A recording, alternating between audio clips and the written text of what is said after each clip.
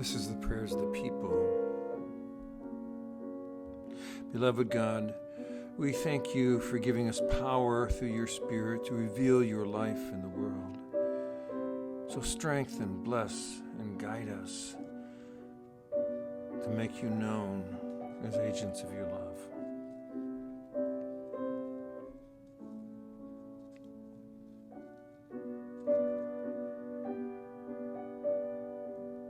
We thank you for your creation and pray for the earth you have given us to cherish and protect. Nourish in us your love for all you have made.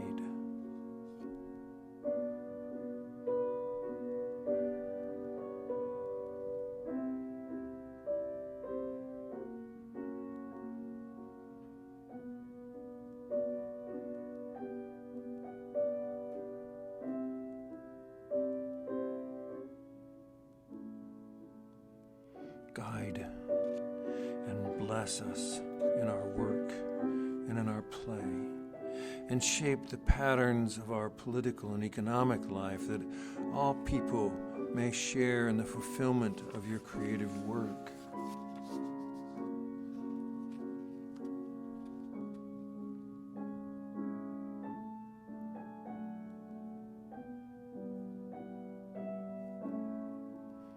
Awaken our hearts to your presence in all people, in those we love easily, in those with whom we struggle, in those different from us, and those familiar to us.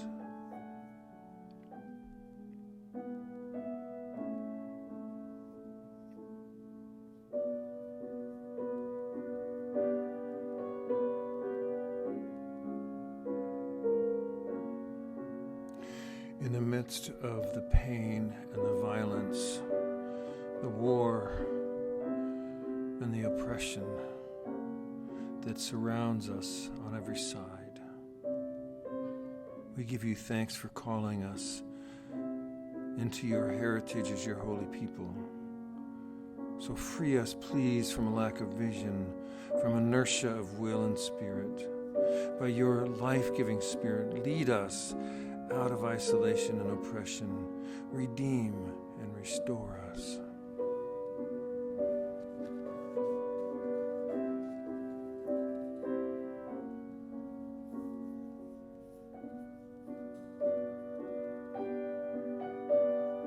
We thank you for the gift of life, with all its blessings and sorrows. Shield the joyous, comfort and strengthen those in any need of trouble. Bless those who will be born today and those who will die, that joining with the company of all your saints, we may rejoice in one unending song of praise.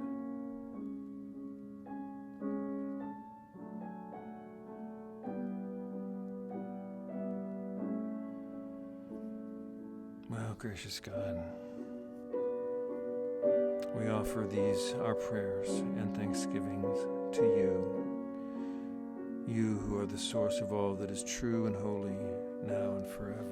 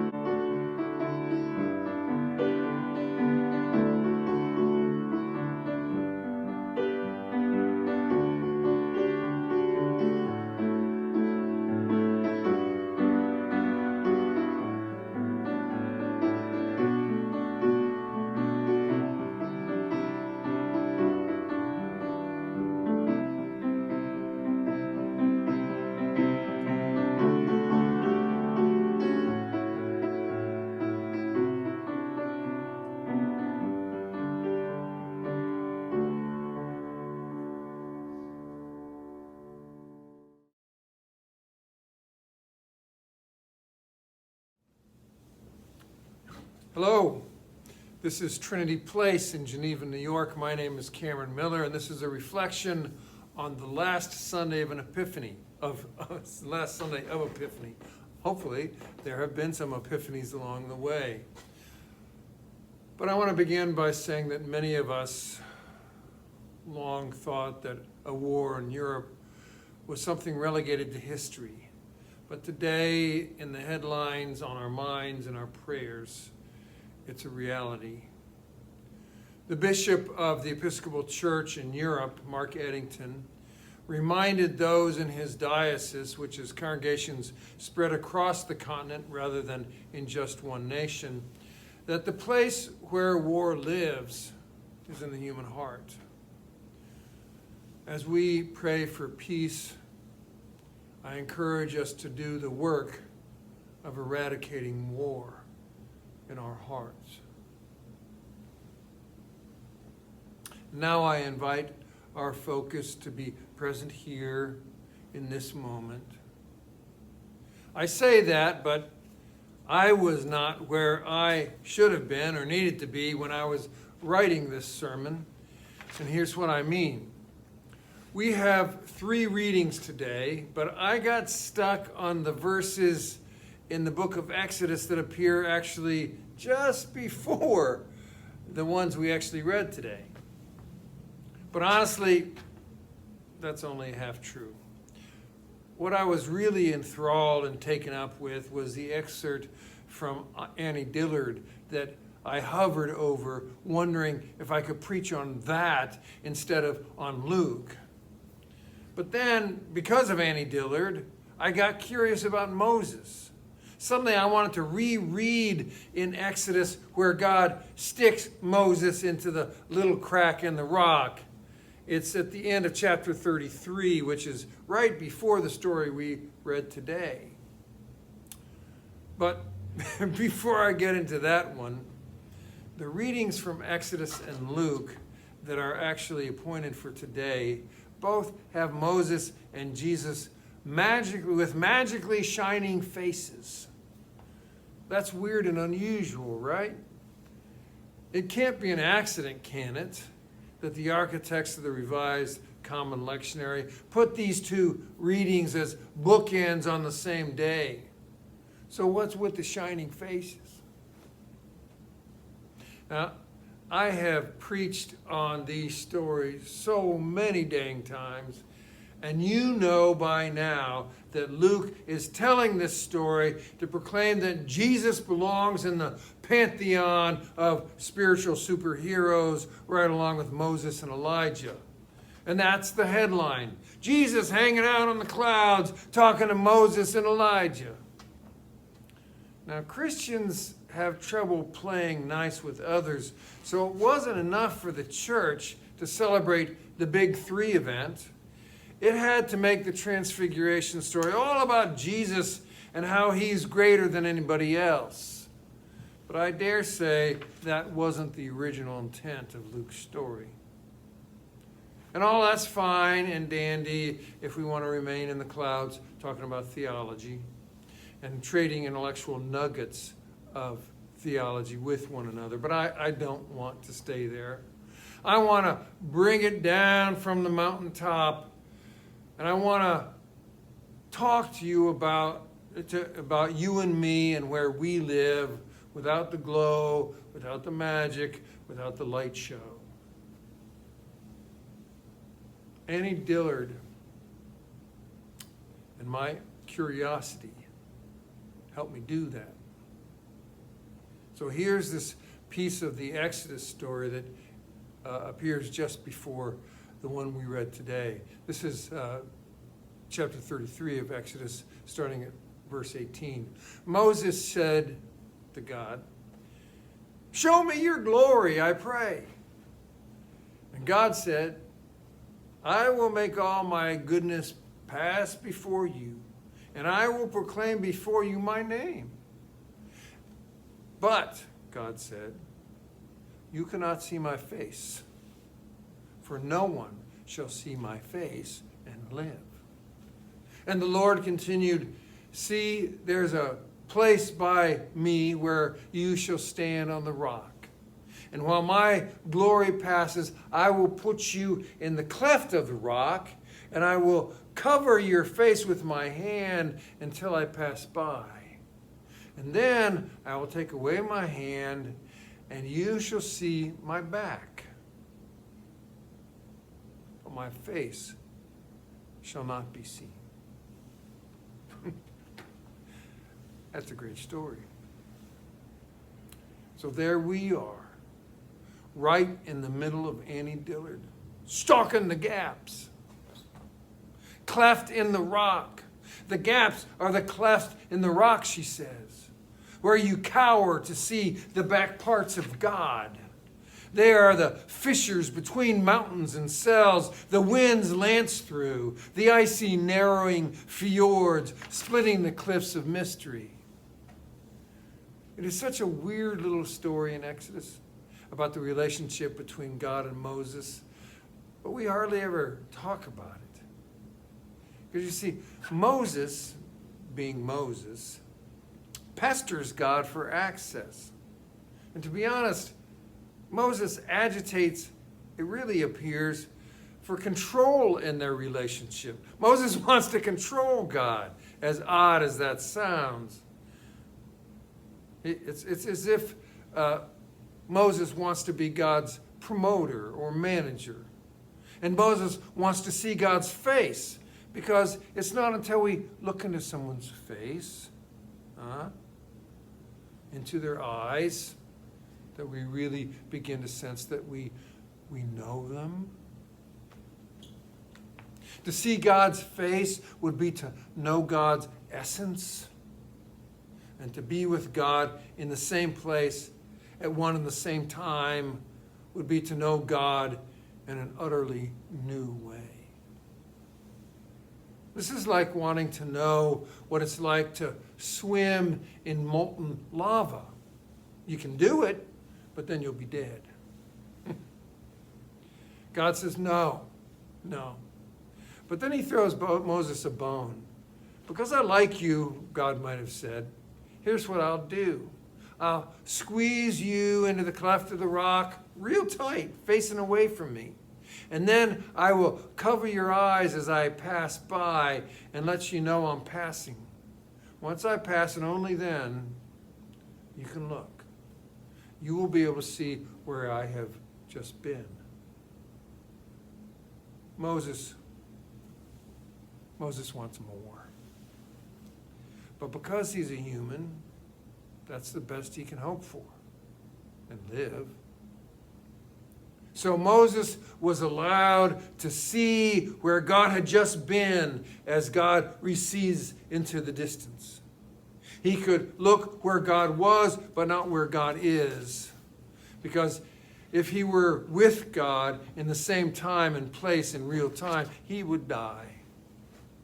And in fact, to be even as close as to where God was just a minute ago was enough to alter Moses' face forever.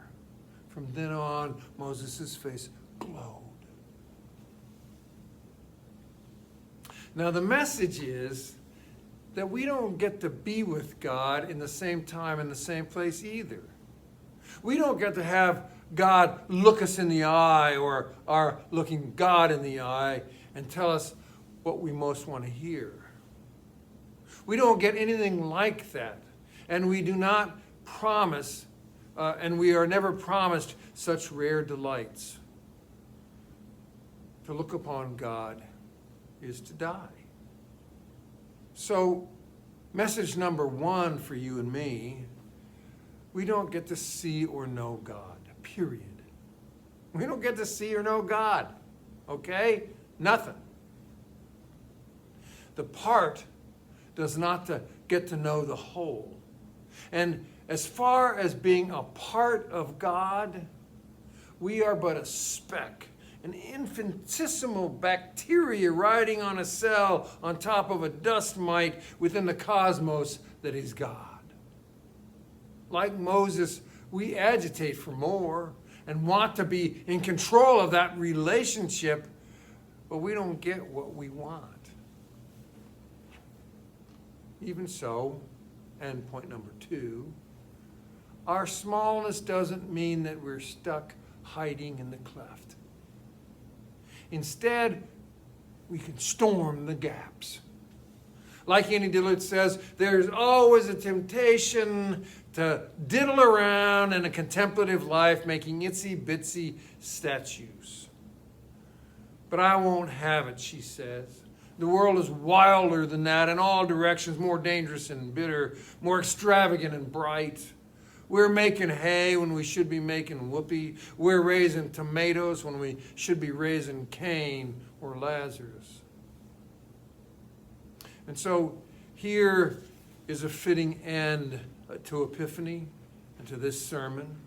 Here is how we can storm the gaps. We have this covenant, the one that we take hold of in baptism, and that we claim is the shape of our spiritual practice. There is nothing itsy-bitsy or diddling about it. If we are actively engaged in this covenant, even if only one promise at a time, it will get us rattled. It will get us in trouble, good trouble. It will open the dangerous dimensions of the world all around us. Now, we have been reminding ourselves here at Trinity Place and through these sermons about these promises all through Epiphany. So no one should be shocked when we get pushed out of the itsy-bitsy into the world, into the wind fiercely howling between the gaps. Here's what you and I say that we will do. Here are the promises of our spiritual practice. You tell me if they're itsy-bitsy. First, we promise to mine the wisdom and stay within the community of worship that will make us cry. This wisdom, this community, will cause us to feel one another's pain and to voice our own and to then sing about it as well as to eat the bread of wine and affliction. We promise to stay connected, which is turbulence and trouble enough for anyone. There's nothing itsy-bitsy at all in that promise. Promise number 1, to stay connected and to continue to mine the wisdom that is in our community.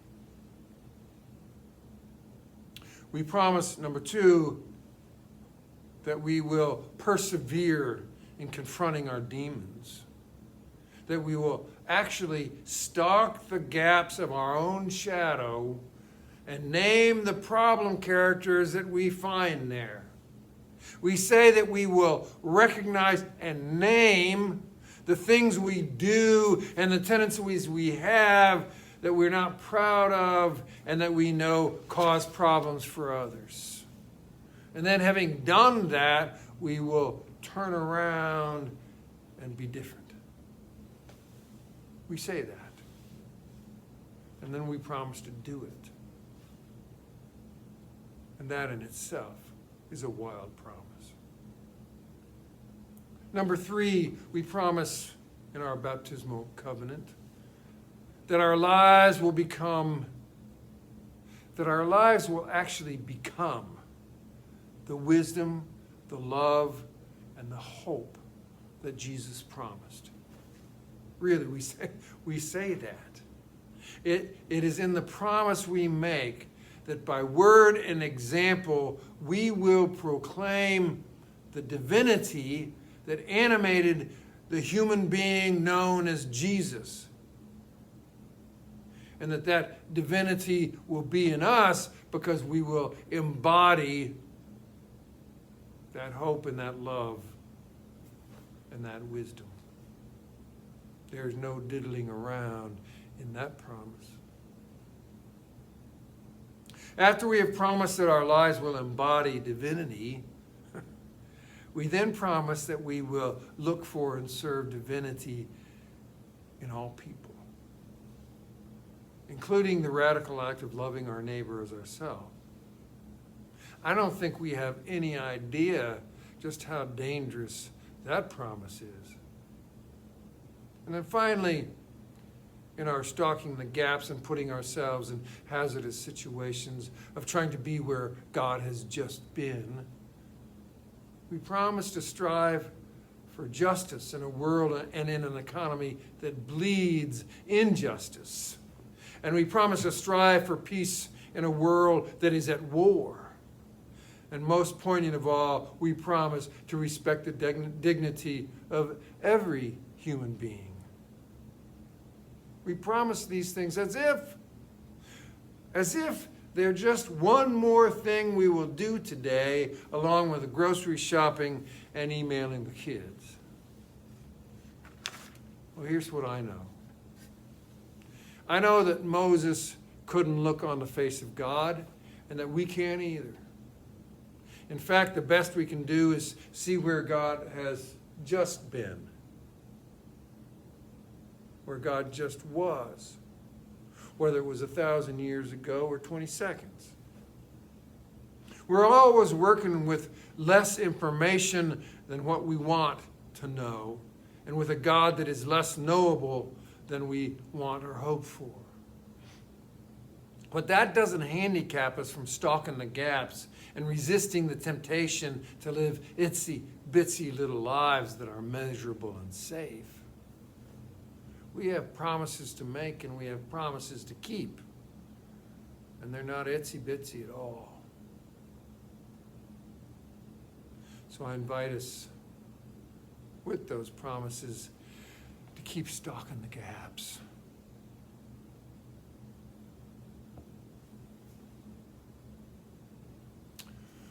Peace be to you, and peace be with you.